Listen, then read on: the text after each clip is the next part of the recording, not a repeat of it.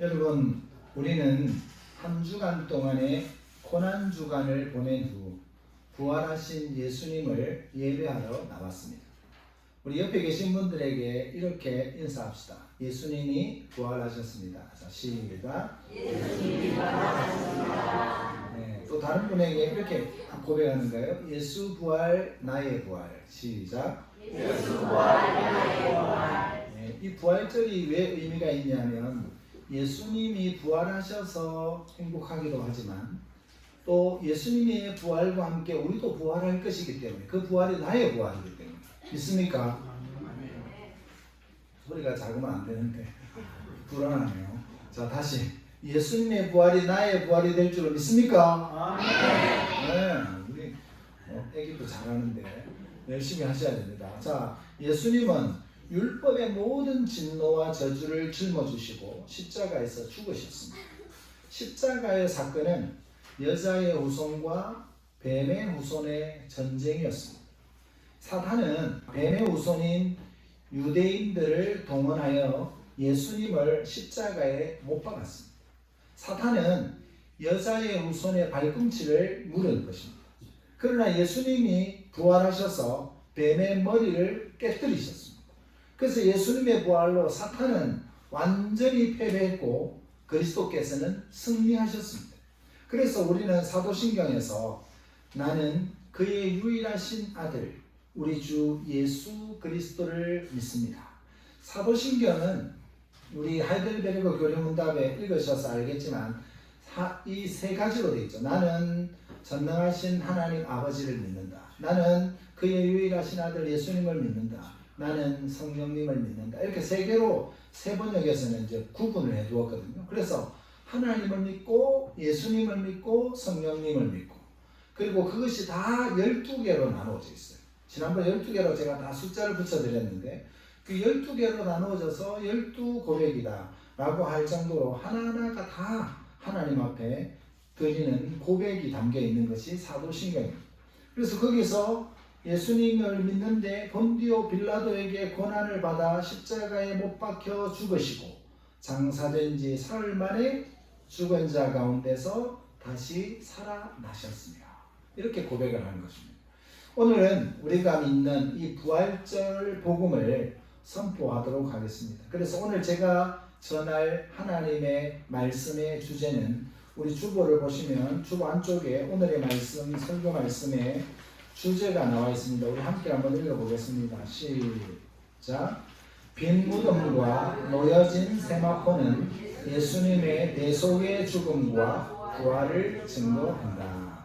이것이 오늘 제가 전할 말씀의 주제이고 두 가지를 생각해 보려고 하는데 첫 번째는 빈 무덤을 본 증인들이 부활을 증거한다.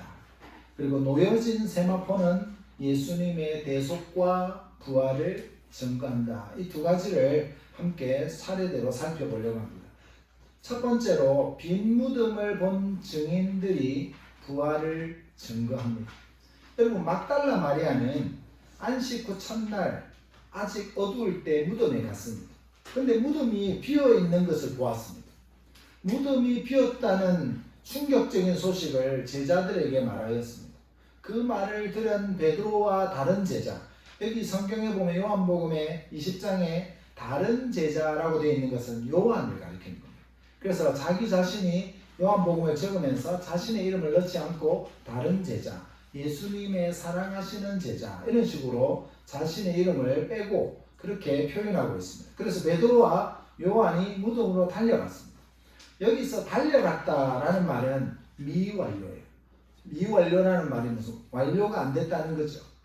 여러분, 저를 보십시오. 저를 눈을 부릅뜨고 목사님을 통해서 주시는 하나님의 말씀을 오늘 내가 다 받아 먹겠다 이런 마음으로 눈을 뜨고 봐야 돼요. 자꾸 묵상하듯이 눈을 감으면 잠이 와요. 사람이기 때문에. 그래서 눈을 부릅뜨고 목사님을 째려는 보지 마시고 째려보면 안 돼요. 그래서 좋은 눈빛으로 하나님의 말씀을 내가 다 받겠다 이런 마음으로 받으셔야 돼요. 여러분, 미완료라고 하는 것은 달려갔다는 말은 그 베드로와 요한이 이 막달라 마리아의 말을 듣자마자 쉬지 않고 무덤까지 뛰어갔다는 말이에요. 완료가 안 됐으니까 끝까지 무덤에 갈 때까지 뛰었다는 거예요. 엄청난 거리인데도 불구하고 너무 충격적이니까 예수님의 시체가 없다. 이러니까 막 놀래가지고 이 사람들이 뛰어서 엄청나게 멀리까지 갔습니다. 근데 요한이 더 빨리 달려가서 무덤에 도착을 했습니다. 그리고 들어가지는 않고 보았습니다. 5절 말씀 우리 한번 5절 말씀 우리 함께 읽어보겠습니다. 시작. 구부려 세마포 놓인 것을 보았으나 들어가지는 아니하였더니. 여러분 구부려서 이렇게 무덤이 이렇게 동굴처럼 되어 있으니까 그 무덤을 이렇게 구부려 가지고 이렇게 보니까 뭐가 있었다는 겁니까? 세마포가 놓여 있더라는 거죠. 그래서 요한이 도착해서 무덤 밖에서 그냥 보았을 때 예수님의 시체, 우리가 여기서는 예수님의 시체라고 하지만 이제 원어에서는 예수님의 몸이라고 되어 있거든요. 예수님의 몸을 쌌던 그 세마포들이 놓인 것을 보았습니다.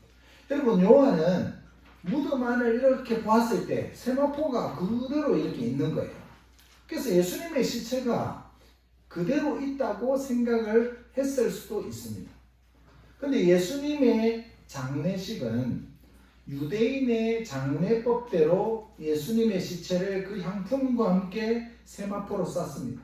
요한복음 19장 39절에서 40절 말씀 우리 함께 읽어보겠습니다. 시작. 일찍이 예수께 밤에 찾아왔던 니고데모도 모략과 침향 섞은 것을 100리터라쯤 가지고 온지라.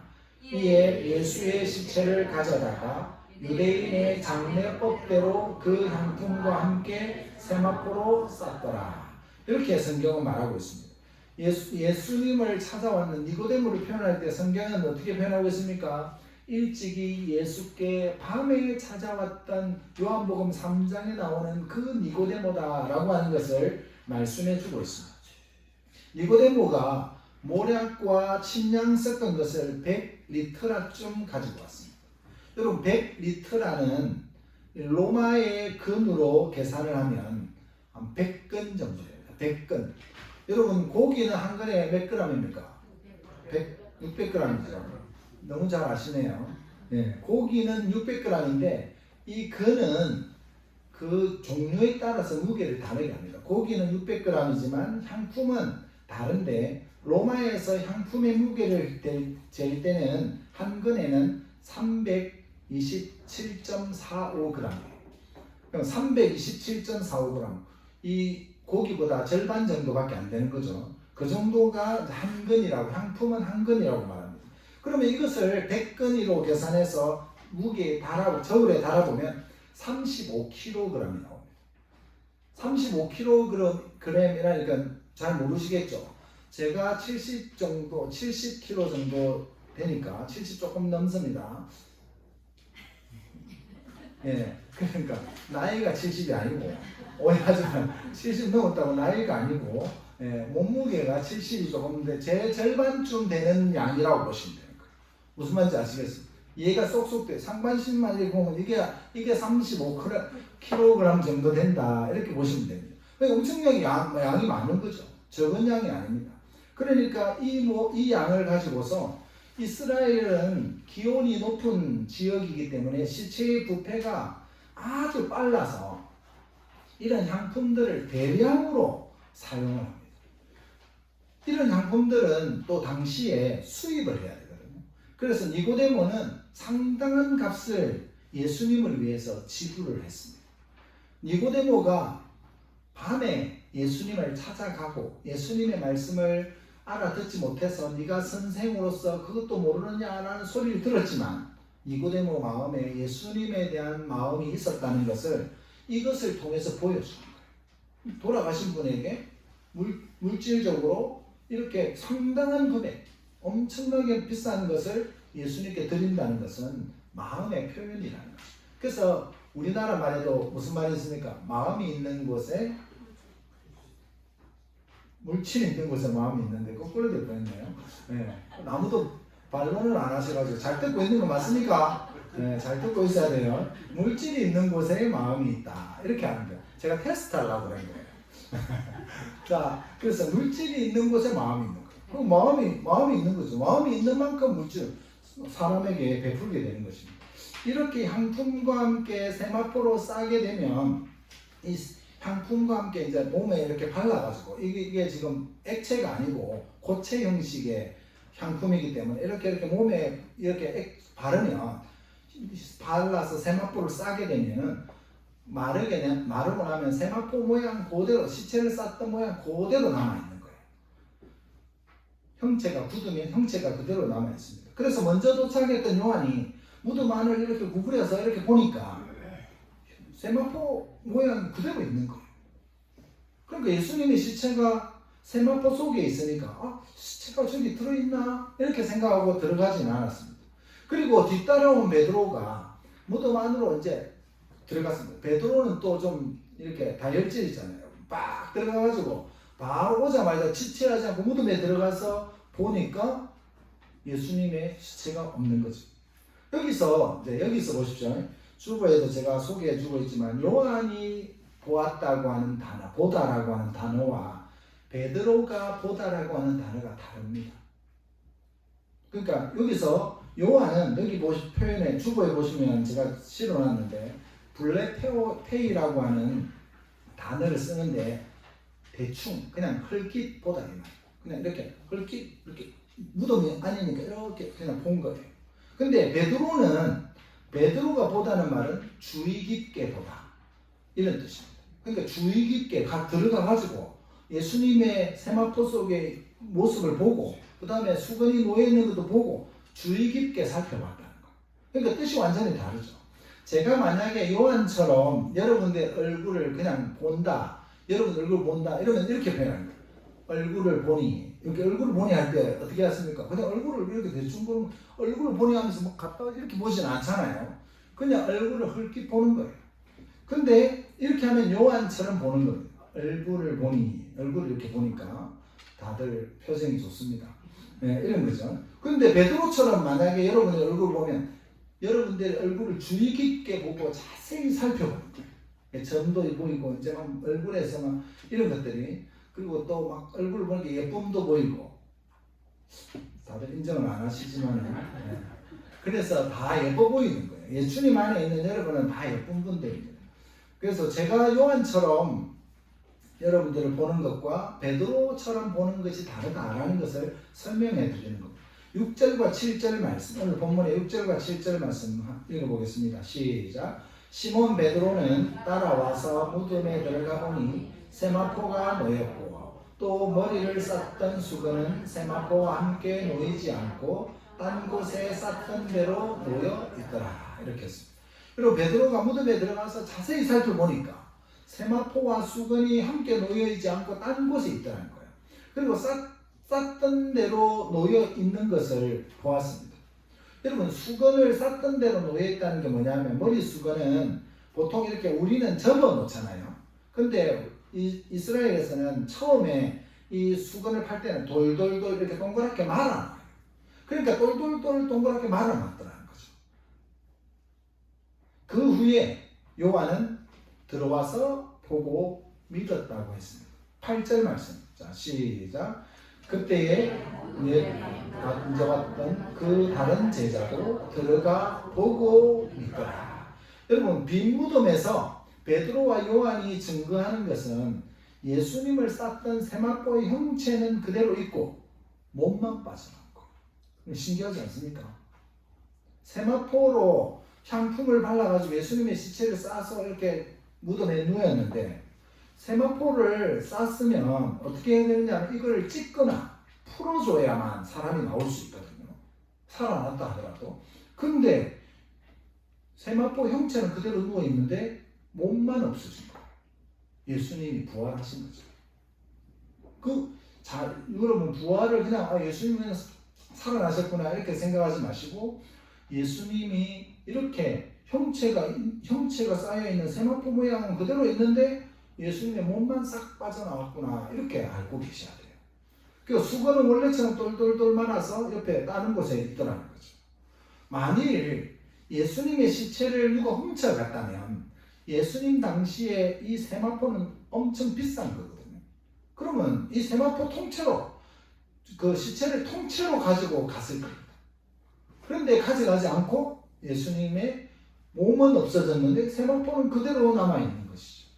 여기서 세마포의 형태는 그대로 있는데 예수님의 몸만 빠져나갔다는 것은 무엇을 말하는 겁니까? 하나님께서 초자연적인 역사로 예수님을 부활시키셨다는 걸 인정해야 됩니다.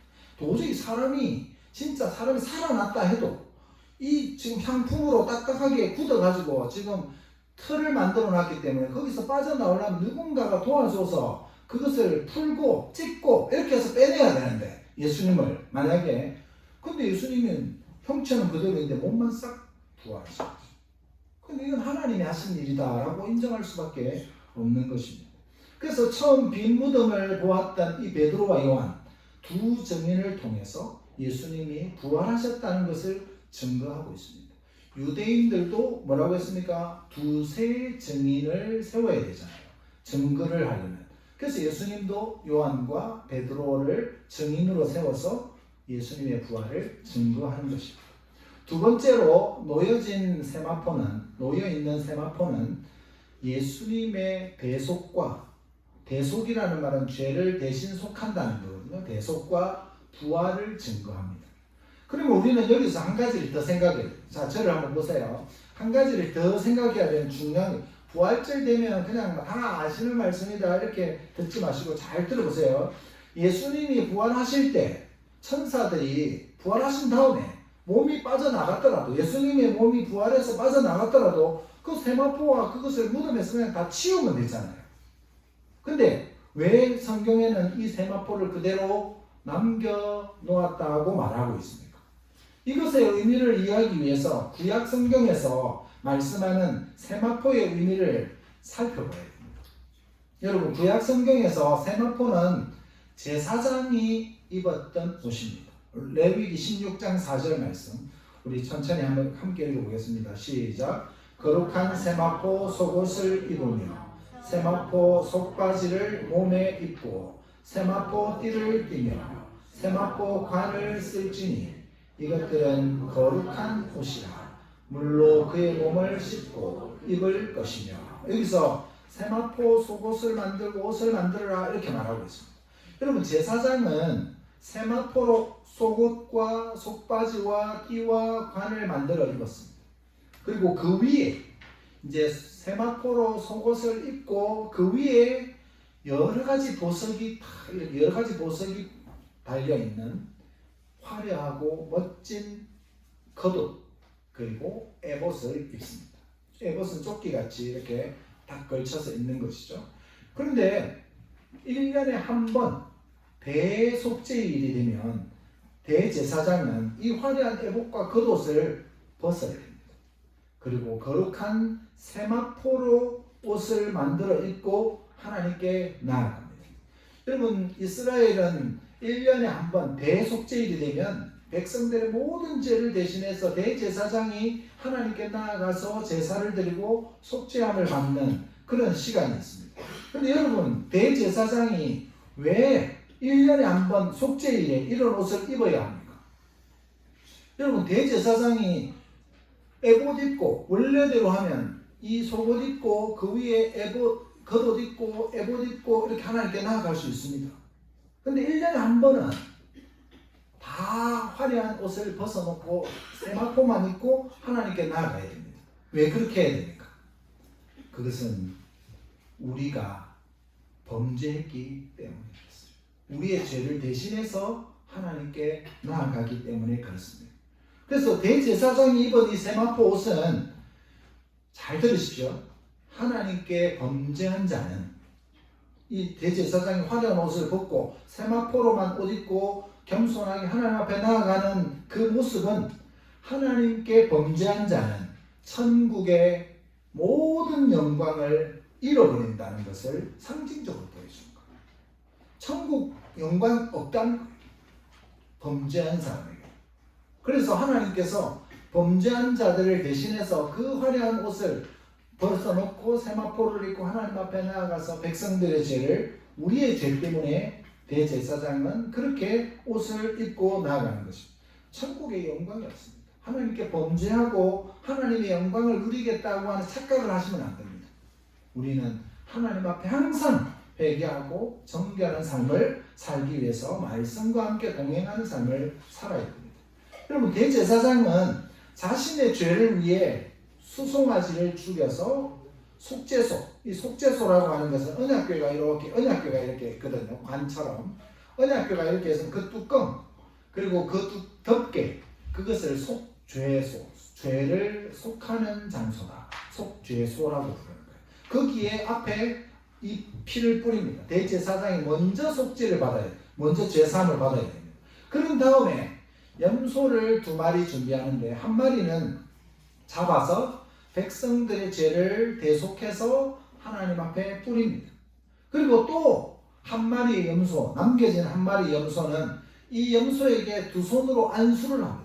그러면서 뭘 합니까? 온 백성의 죄를 다 이 염소한테 다 넘겨요.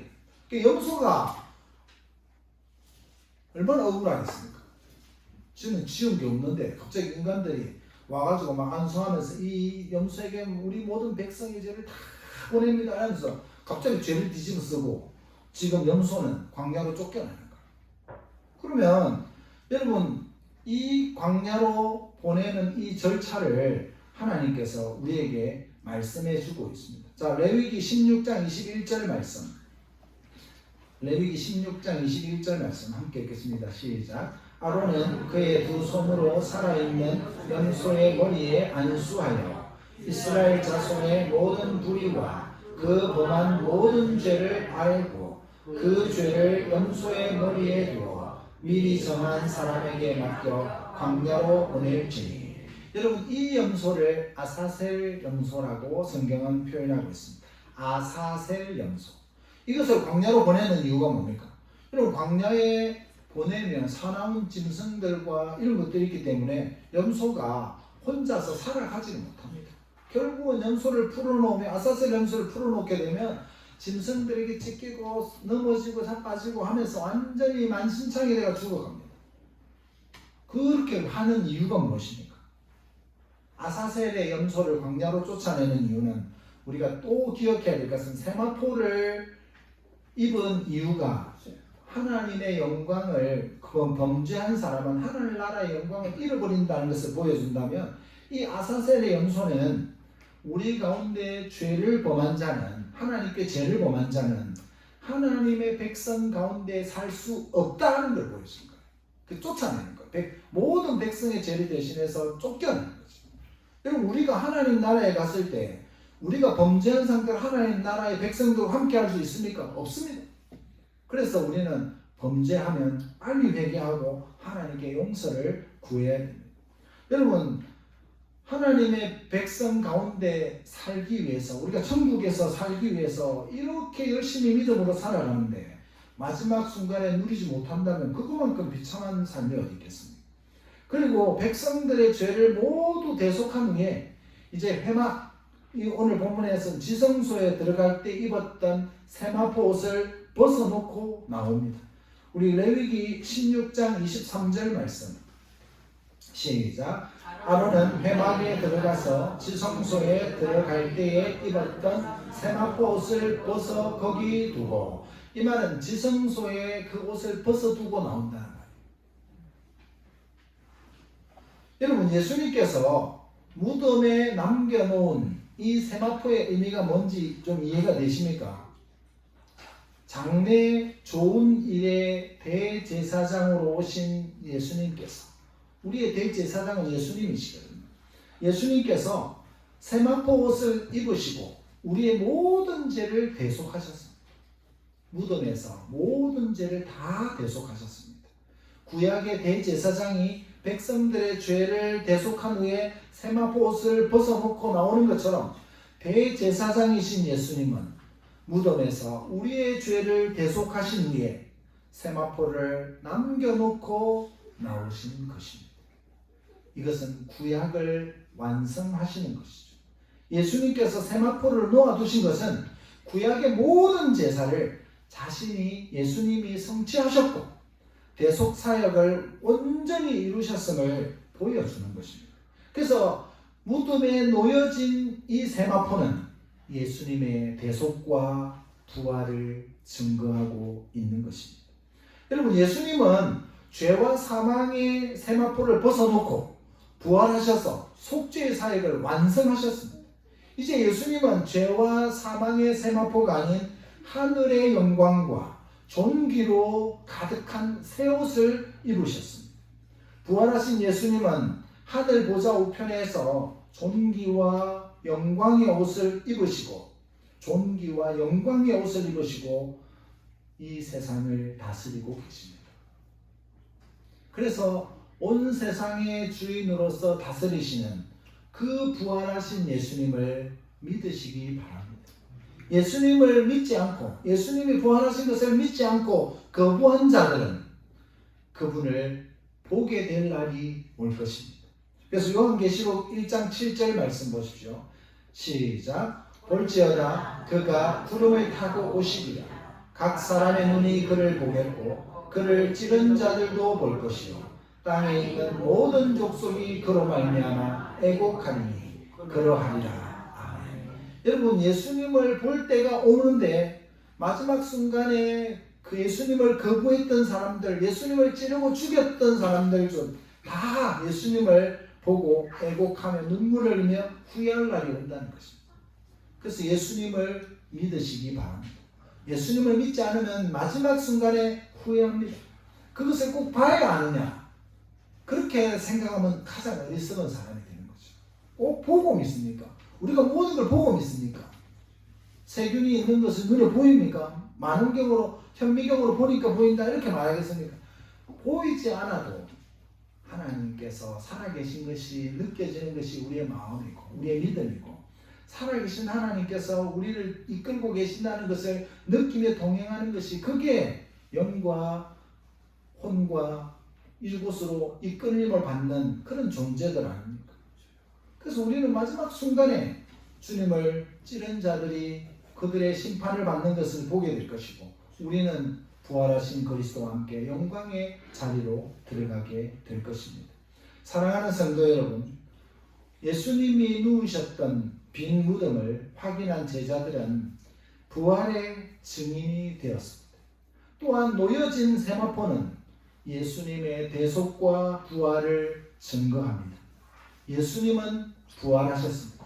이 사실을 믿으십시오. 우리는 매 주일마다 이 주일은 예수님의 부활하심을 기념하는 주일 예배거든요. 매 주일마다 예배 가운데 찾아오시는 부활하신 예수님을 만나시기 바랍니다. 예배를 왔는데 예수님을 못 만나고 예배를 왔는데 하나님을 못 만나고 그냥 왔다가 가는 삶이 아니라 부활하신 예수님께서 여러분들을 찾아오셔서 이 예배 가운데 임재하시는 하나님을 만나시기를 바랍니다. 부활의 소망을 가지고 살아가는 사람은 나는 주님과 함께 부활할 것이다 라는 소망을 가지고 살아가는 사람은 주일 예배를 사모하게 됩니다. 주일 예배를 빠지지 않습니다. 왜? 이 땅에서 누릴 수 있는 최고의 영광이기 때문에 그렇습니다. 그래서 그 사람은 믿음이 있다고 표현하고 소망이 있다고 표현하고 부활을 믿는다고 표현하는 것입니다. 여러분, 예수님께서 부활하신 것처럼 우리도 부활할 것을 믿으십시오.